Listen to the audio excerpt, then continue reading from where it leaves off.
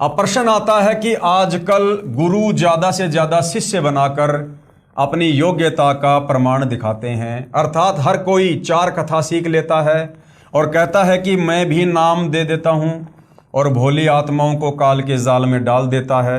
चूँकि शास्त्रों के विरुद्ध नाम उपदेश देने वाले और जपने वाले सभी निश्चित ही नरक के अधिकारी होंगे और उनको नरक में उल्टा लटकाया जाएगा।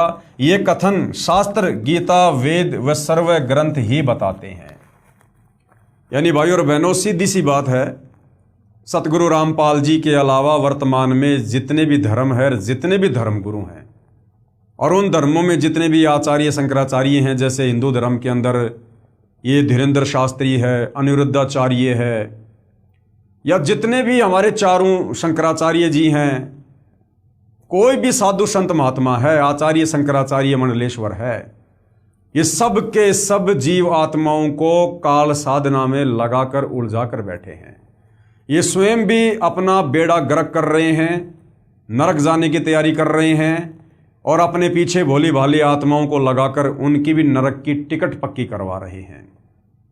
तो भाई और बहनों, इस ज्ञान को समझो, ज्ञान गंगा पुस्तक को पढ़ो, सतगुरु रामपाल जी के प्रवचनों को, सत्संगों को ध्यान से सुनो और अति शीघ्र सतगुरु रामपाल जी की शरण में आकर अपनी आत्मा का कल्याण करवाने की दिशा में आगे बढ़ो। अन्यथा भाई और बहनों, यदि हमारी मुक्ति नहीं हुई इस समय, जो कि भक्ति का प्राइम टाइम है, गोल्डन चांस है इस समय, ये कलयुग की बिचली पीढ़ी है, परमात्मा के द्वारा पूर्व निर्धारित समय है, यदि हमने इस समय को ठुकरा दिया, उसके बाद भाई और बहनों हम अनंत युगों के लिए इस काल के बंधन में बंध के रह जाएंगे। इसी कथन को सिद्ध करने के लिए एक संक्षिप्त कथा बताता हूं। कौन से? इस कथन को सिद्ध करने के लिए कि हर कोई साधु संत महात्मा गुरु कह देता है कि मैं कथा कर देता हूं, मैं पाठ कर देता हूं, मैं सत्संग सुना देता हूं, मेरी शरण में आ जाओ, मैं मुक्ति करवा दूंगा, भगवान से मिलवा दूंगा। तो गुरुदेव भगवान एक कथा सुना रहे द्वापर युग की, और इस द्वापर युग की कथा को सुनने के बाद वर्तमान के इस कलयुग में जितने भी साधु संत महात्मा ऋषि मुनि हैं, इन सब की औकात का हमें भली भांति पता चल जाएगा कि ये सत्संग करने के, कथा सुनाने के, पाठ करने के, गुरु पद प्राप्त करके शिष्य बनाने के कितने अधिकारी हैं। एक समय की बात है कि सभी को पता चला कि राजा परीक्षित को 7वें दिन सर्प डसेगा और उसकी मृत्यु होगी। इस बात का पता लगने पर सभी ने सोचा कि 7 दिनों तक राजा परीक्षित को भागवत की कथा सुनाई जाए, ताकि इसका यहाँ से मोह हट जाए और भगवान के चिंतन में लग जाए। क्योंकि मरते समय जिसकी जैसी भावना होती है वह उसी को प्राप्त होता है। सभी ने कहा कि अति उत्तम है, लेकिन अब कथा करे कौन? इस प्रश्न पर प्रश्नवाचक चिन्ह लग जाता है।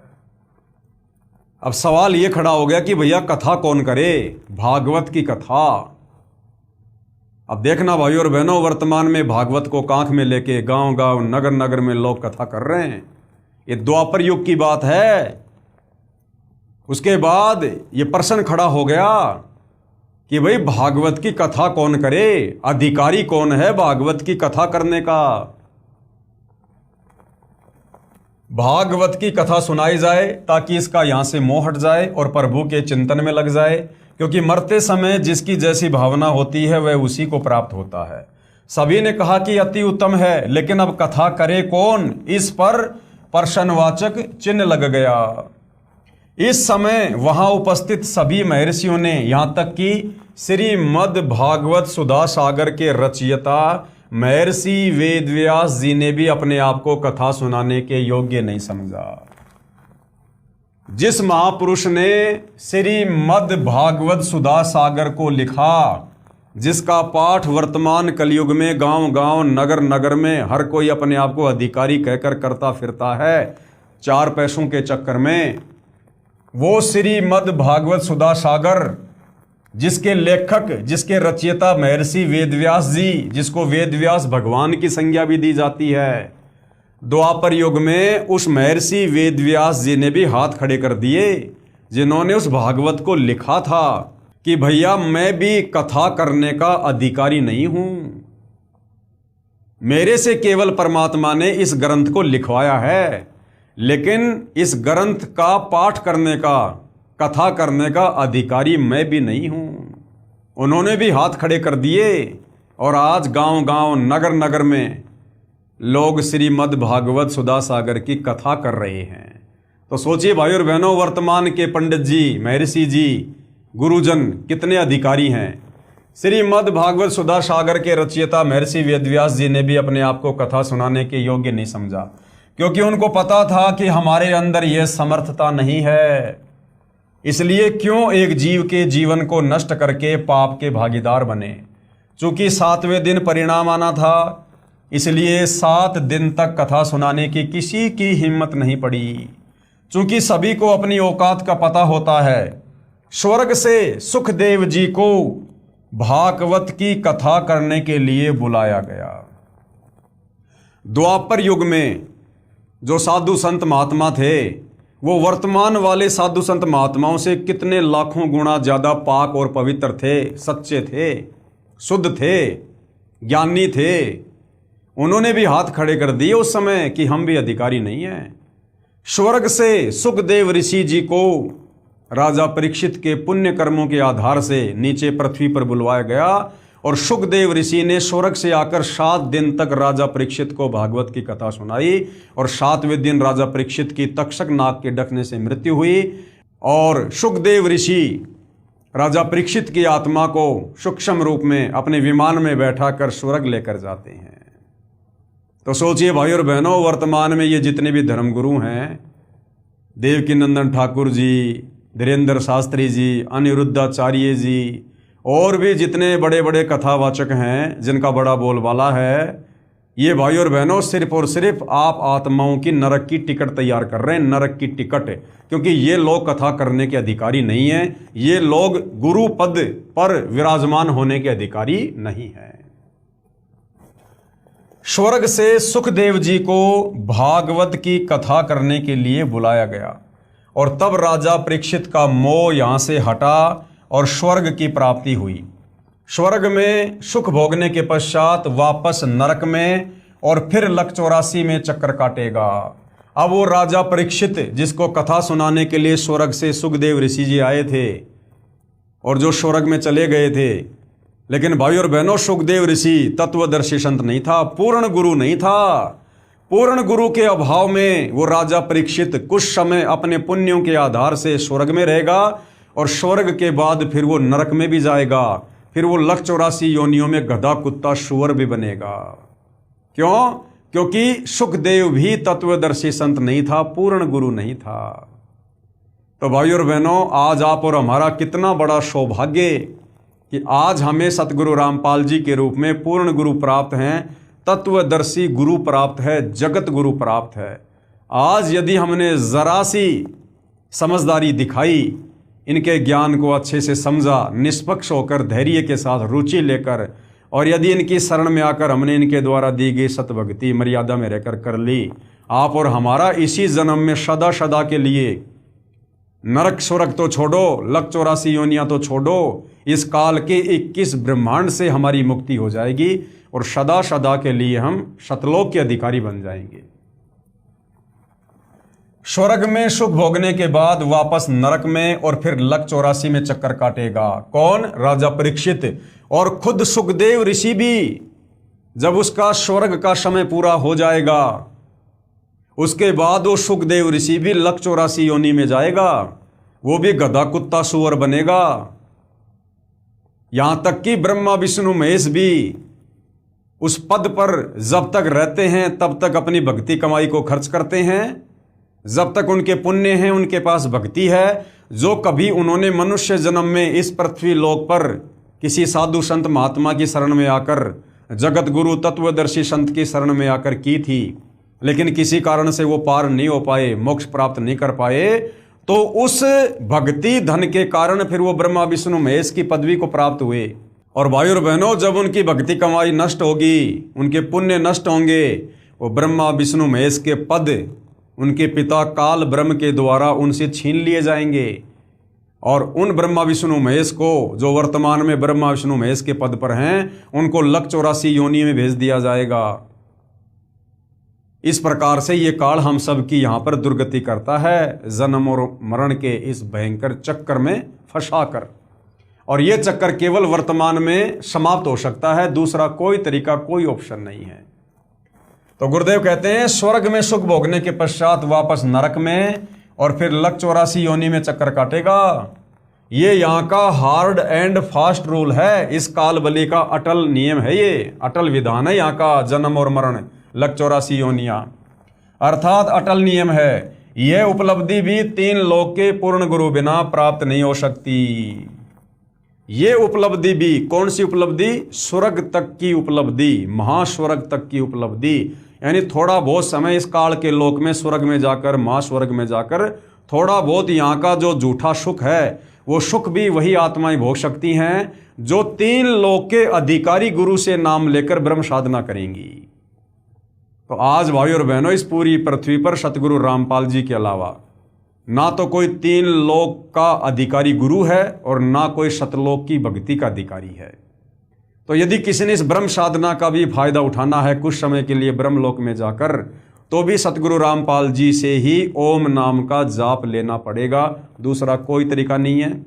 और ये जितने भी लोग जो मनमुखी साधना कर रहे हैं, मनमुखी साधना का मतलब है बिना गुरु के साधना कर रहे हैं, मंदिर में जाना, मस्जिद में जाना, चर्च में जाना, गुरुद्वारों में जाना, जिन्होंने अपना कोई गुरु नहीं बना रखा है, उसको कहते हैं मनमुखी साधना। शिव जी के ऊपर जल चढ़ा देना, कावड़ ले आना, पैदल यात्रा कर देना, ये होता है बिना गुरु के द्वारा की गई मनमुखी साधना। और दूसरा, जिन लोगों ने गुरु बना रखा है लेकिन उनका गुरु पूरा नहीं है, तत्वदर्शी नहीं है, पूर्ण नहीं है, अधिकारी नहीं है, वो चाहे चारु शंकराचार्य हो, चाहे कोई जी भी हो, चाहे प्रेमानंद जी हो, ये पूर्ण गुरु नहीं है, अधिकारी गुरु नहीं है। तो इनसे उपदेश लेकर यदि कोई राधे राधे श्याम मिला दे, हरे रामा हरे कृष्णा, ओम नमो भागवते वासुदेवाय देवाय नमः, चाहे वो किसी भी प्रकार का कोई भी शास्त्र विरुद्ध नाम क्यों ना जप रहे हैं, वो सारे के सारे शास्त्र विरुद्ध साधना करने के चलते, मनमुखी मंत्रों का जाप करने के चलते सारे के सारे काल के जाल में ही रह जाएंगे। उनकी मुक्ति नहीं है, उनका मोक्ष नहीं है। तो भाई और बहनों, 3 लोक की साधना के भी अधिकारी गुरु वर्तमान में सतगुरु रामपाल जी हैं। इनसे उपदेश लिए बिना आप काल लोक की साधना का भी फायदा नहीं उठा सकते। फिर क्या होगा उनके साथ में? उनके साथ में वो होगा जो राजा परीक्षित के साथ में स्वर्ग भोगने के बाद होगा। लक 84 योनि में जाएंगे, गधे कुत्ते सुअर बनेंगे, और यदि कभी मनुष्य जन्म प्राप्त किया तो फिर इसी प्रकार से तत्वदर्शी संत के अभाव में मनुष्य जन्म को शास्त्र विरुद्ध साधना करके बर्बाद करके चले जाएंगे। और ये जितने भी लोग जो भैरव, भूत, हनुमान, पेड़ पौधे, चौराहे, जो इनकी पूजा कर रहे हैं, जो कि बहुत ही घटिया और नीचे स्तर की साधना है, क्योंकि गीता जी और चारों वेदों में भाई और बहनों केवल ब्रह्म साधना का जिक्र है। ब्रह्म यानी काल तक की साधना का।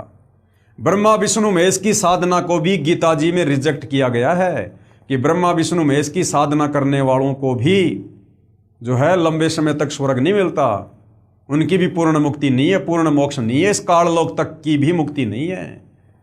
अब सोचिए, नीचे जो भैरव, भूत, हनुमान, बेताल, पेड़ पौधे, चौराहे, लोग जो इनकी पूजा कर रहे हैं, इनका क्या होगा?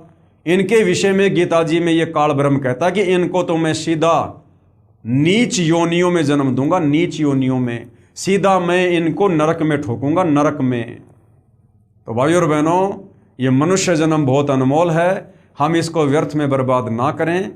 थोड़ा सतगुरु रामपाल जी के सत्संगों हम ध्यानपूर्वक सुनने का प्रयास करें, प्रयत्न करें, समझने का प्रयास करें, और समझ में आएगा भाई और बहनों। यदि हमने सच्ची नीयत से सत्संग सुने तो अवश्य हमें समझ में आएंगे, क्योंकि परमात्मा वर्तमान में धरती पर प्रकट है। आप और हम आत्माओं के आत्म कल्याण के लिए आए हुए हैं। यदि आत्म कल्याण करवाना चाहेंगे तो परमेश्वर अवश्य हमारी बुद्धि ऑन करेंगे। ठीक इसी प्रकार जब किसी स्थान पर प्रधानमंत्री आ रहा हो तो उनके आने से पहले 2-3 बहुत अच्छे वक्ता, गायक व तबले बेंजू बजाने वाले होते हैं, जो बहुत सुरीली और आकर्षक आवाज़ से दर्शकों को प्रभावित करते हैं। लेकिन वे जो कह रहे हैं उनमें से एक बात भी करने में सक्षम नहीं है।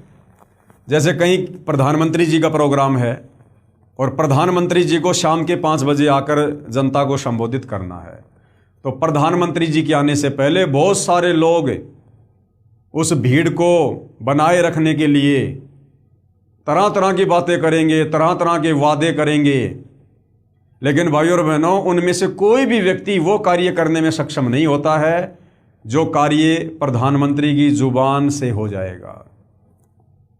इसी प्रकार ये जितने भी आचार्य, शंकराचार्य, धर्मगुरु, साधु, संत, महात्मा, कथावाचक हैं, ये चाहे कितनी मीठी मीठी कथा सुनाओ, कितने बढ़िया बढ़िया संस्कृत में श्लोक सुनाओ, ये चाहे कितने भी बढ़िया वादे इरादे करो अपने भक्तों के साथ में, चाहे मोक्ष की गारंटी दो, चाहे मुक्ति की गारंटी दो, चाहे सुख की गारंटी दो, परंतु इन लोगों की स्थिति तो प्रधानमंत्री के आने से पहले उन गायकों की, उन वक्ताओं वाली जैसी स्थिति है। ये केवल बोल सकते हैं, ये केवल बैंड बाजे बजाकर जनता को मंत्र मुग्ध करके इकट्ठा कर सकते हैं। इनके पास में समाधान किसी प्रकार का नहीं है। और प्रधानमंत्री आने के बाद बहुत ही कम शब्दों में 2 शब्द बोलेगा। जो भी डिमांड उस क्षेत्र की होती है उसके विषय में प्रधानमंत्री 2 शब्द बोल देगा सीधे सीधे कि भैया कल यहाँ से वहाँ तक डबल रोड बननी चाहिए, तो रात को ही नगर निगम की तरफ से वहाँ पर रोड बनने का कार्य शुरू हो जाएगा, क्योंकि प्रधानमंत्री के वचन में शक्ति है। ठीक इसी प्रकार भाइयों और बहनों, जो पूर्ण गुरु होता है, तत्वदर्शी संत होता है, उनके वचन में शक्ति होती है। साधु बोले सहज स्वभाव, साधु का बोला मिथ्या न जाए। संत वचन पलटे नहीं, चाहे पलट जाए ब्रह्मांड। सिद्ध तारे पिंड आपना, साधु तारे खंड, और सतगुरु उसको जानियो जो तार देवे ब्रह्मांड। तो वर्तमान में वो पूर्ण गुरु, तत्वदर्शी संत इस पूरी पृथ्वी पर केवल सतगुरु रामपाल जी हैं। और सतगुरु रामपाल जी के शरण में आने के बाद जो आप सतभक्ति करेंगे मर्यादा में रह के, उस सतभक्ति से आपकी आत्मा का कल्याण संभव है। 184 योनियों की पीड़ा, जन्म मरण के रोग की पीड़ा से मुक्ति संभव है। दूसरा कोई भी तरीका, दूसरा कोई भी समाधान किसी भी साधु, संत, महात्मा, आचार्य, शंकराचार्य की शरण में जाकर उन मनमुखी मंत्रों का जाप करने से संभव नहीं है। लेकिन जब प्रधानमंत्री आता है तो वह कम से कम शब्दों में कहता है कि आगरा में इंटरनेशनल कॉलेज बनवा दो, चंडीगढ़ में इंटरनेशनल यूनिवर्सिटी बनवा दो, आदि आदि। सिर्फ इतना कहकर पीएम साहब चले जाते हैं।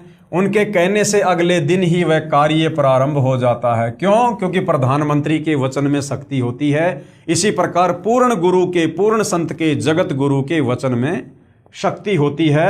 यानी जो आध्यात्मिक लाभ पूर्ण गुरु, जगत गुरु, तत्वदर्शी संत की शरण में आकर मिलेगा, वो इन अन्य साधु संत महात्माओं, आचार्य, शंकराचार्यों की शरण में आने से नहीं मिल सकता, क्योंकि उनके वचन में शक्ति है। और यदि यही बात आप और हम या मेरे जैसा आम व्यक्ति कहे तो हमारी बड़ी मूर्खता होगी, क्योंकि हमारे वचन में इतनी शक्ति नहीं है, जबकि प्रधानमंत्री के लिए ये सब साधारण बात है। इन तथ्यों को प्रमाणित करने के लिए कुछ निम्नलिखित वाणियां अवश्य पढ़िए और गहन विचार करें तथा अतिशीघ्र गुरु मंत्र प्राप्त करें। कबीर पंडित और मसालची दोनों सूझे नाही, औरों न करे चांदना रे आप अंधेरे माई। कबीर करनी तज कथनी कथ है, अज्ञानी दिन रात, और कुकर ज्यों भोकत फिरे सुनी सुनाई बात। कबीर बीजक की बाता कहें, बीजक नाही हाथ, और पृथ्वी डुबोवन उतरे ये कहकर मीठी बात। यानी शास्त्रों का ज्ञान है नहीं और दुनिया को मीठी मीठी बातें बताकर, मीठी मीठी कथा सुनाकर दुनिया को जो है काल की गोद में बैठाने का कार्य कर रहे हैं। इस पृथ्वी को डुबाने का कार्य कर रहे हैं। यानी जीव आत्माओं के जो है भविष्य के साथ में खिलवाड़ कर रहे हैं नकली धर्मगुरु। कबीर बीजक की बाता कहें, बीजक नाही पाश, औरों को प्रमोद ही आपन चले निराश। यानी दुनिया को तो ज्ञान समझा रहे हैं, मुक्ति का मार्ग बता रहे हैं, और आप अंत में काल की गोद में जाता है।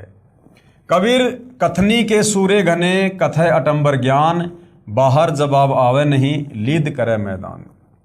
कथा करना व नाम उपदेश देना कोई बच्चों का खेल नहीं है कि काख में पोथी ले ली कि चलो मैं भी कथा कर देता हूँ, चलो मैं भी रामायण का पाठ कर देता हूँ, गीता जी का पाठ कर देता हूँ, ग्रंथ साहिब का पाठ कर देता हूँ, अर्थात सत्संग कर देता हूँ। यानी सत्संग करना भाई और बहनों ये कोई बच्चों का काम नहीं है, कोई बच्चों का खेल नहीं। पाठ कथा बोलो, सत्संग बोलो, एक ही बात है। सत्संग केवल अधिकारी गुरु ही कर सकता है। अधिकारी के मुख से सत्संग सुनने से ही सत्संग का असर होगा। जीव आत्मा इन बुराइयों को त्याग सकती है और भक्ति पर लग सकती है। और नाम भी दे देता हूं, आदि आदि पूर्ण संत को ही कथा करने व उपदेश देने का अधिकार होता है और उस कथा का समापन भी वही कर सकता है। चूंकि पूर्ण संत के शब्द में शक्ति होती है, जिस प्रकार प्रधानमंत्री के वचन में शक्ति होती है, उसी प्रकार आध्यात्मिक क्षेत्र में पूर्ण गुरु जो अधिकारी होता है उसी के वचन में शक्ति होती है। जैसे सुखदेव के शब्द में शक्ति थी। सुखदेव उस समय 3 लोक का अधिकारी गुरु था, लेकिन पूर्ण गुरु नहीं था, तत्वदर्शी नहीं था। सुखदेव किसी को उपदेश देकर काल के जाल से बाहर नहीं निकाल सकता था, क्योंकि सुखदेव खुद काल के जाल में था। सुखदेव खुद ब्रह्म साधना किया करता था। जैसे सुखदेव के शब्द में थी, जैसे कोई सत्संग करे और मान लो उसमें आम की महिमा बताए कि आम बहुत मीठा होता है, फलों का राजा होता है, उसका रंग पीला होता है, आदि आदि। और यदि कोई आकर कहे कि ला भाई आम दो, तो वह सत्संग करने वाला कहे कि मेरे पास तो आम नहीं है। फिर लेने वाला कहे कि कहाँ मिलेगा, उसको जवाब मिले कि पता नहीं, आम तो निराकार है, वह दिखाई थोड़ी देता है। ठीक इसी प्रकार भाई और बहनों, ये जितने भी कथावाचक हैं इनकी स्थिति ऐसी है। ये लोगों को भगवान के विषय में जानकारी देते हैं, भगवान के विषय में सत्संग सुनाते हैं कि भगवान ये कर देता है, भगवान वो कर देता है, भगवान अंधे को आँख दे दे, कोढ़ी को काया दे दे, बांझ को बेटा दे दे, निर्धन को माया दे दे, भगवान ये कर देता है। फिर कोई कहे कि भाई भगवान कौन है, भगवान कहाँ है, वो कहे कि मुझे तो नहीं पता कि भगवान कौन है, भगवान कहाँ रहता है, भगवान क्या करता है। अरे भाई तू कथा कर रहा है, भगवान के गुण बता रहा है। जैसे कोई आम के गुण बता रहा है कि आम बहुत मीठा होता है, आम पीला होता है, आम के खाने से बड़ा आनंद आता है। और कोई कहे कि भैया आम कहाँ मिलेगा, और वो कहे कि मुझे तो नहीं पता आम कहाँ मिलेगा, आम कैसा होता है मुझे तो नहीं पता, आम तो निराकार होता है, दिखाई थोड़े देता है। तो इसी प्रकार ये भगवान की कथा करते हैं और भगवान के विषय में इनको जानकारी नहीं कि पूर्ण परमात्मा कौन है, कहाँ रहता है, कैसे मिलता है, उसकी भक्ति का मंत्र क्या है, भगवान के लोक में कैसे जाया जाएगा, भगवान की भक्ति से लाभ कैसे मिलेंगे। ये इन धर्मगुरुओं को पता नहीं, इन कथावाचकों को पता नहीं। ये आज तक नहीं बता पाए किसी को भी कि एक परमात्मा कौन है, एक सबका मालिक कौन है। आप और हमारे से 33 करोड़ देवी देवताओं की पूजा करवा दी, माता मसाणी भैरव भूत हनुमान की पूजा करवा दी, ब्रह्मा विष्णु महेश की पूजा करवा दी। ये भगवान की कथा करने वाले आज तक हमारे को उस एक भगवान का नाम नहीं बता पाए। वो भगवान कहाँ रहता है, कैसे मिलता है, ये नहीं बता पाए आप और हमारे को। ये हमसे देवी देवताओं की पूजा करवाकर हमें काल के जाल में फंसाते रहे। अब भाई और बहनों, जिन 33 करोड़ देवी देवताओं की पूजा आप और हमारे से सदियों से हमारे ज्ञानहीन, तत्व ज्ञानहीन धर्मगुरुओं के द्वारा करवाई गई है, इन 33 करोड़ देवी देवताओं को लंकापति रावण ने कैद करके जेल में डाल रखा था। अर्थात ये देवी देवता कितने बेबस, कितने लाचार, ये खुद अपनी रक्षा नहीं कर पाए रावण से, और 33 के 33 करोड़ देवता रावण की कैद में पड़े हुए थे। ये आप और हमारी क्या रक्षा करेंगे?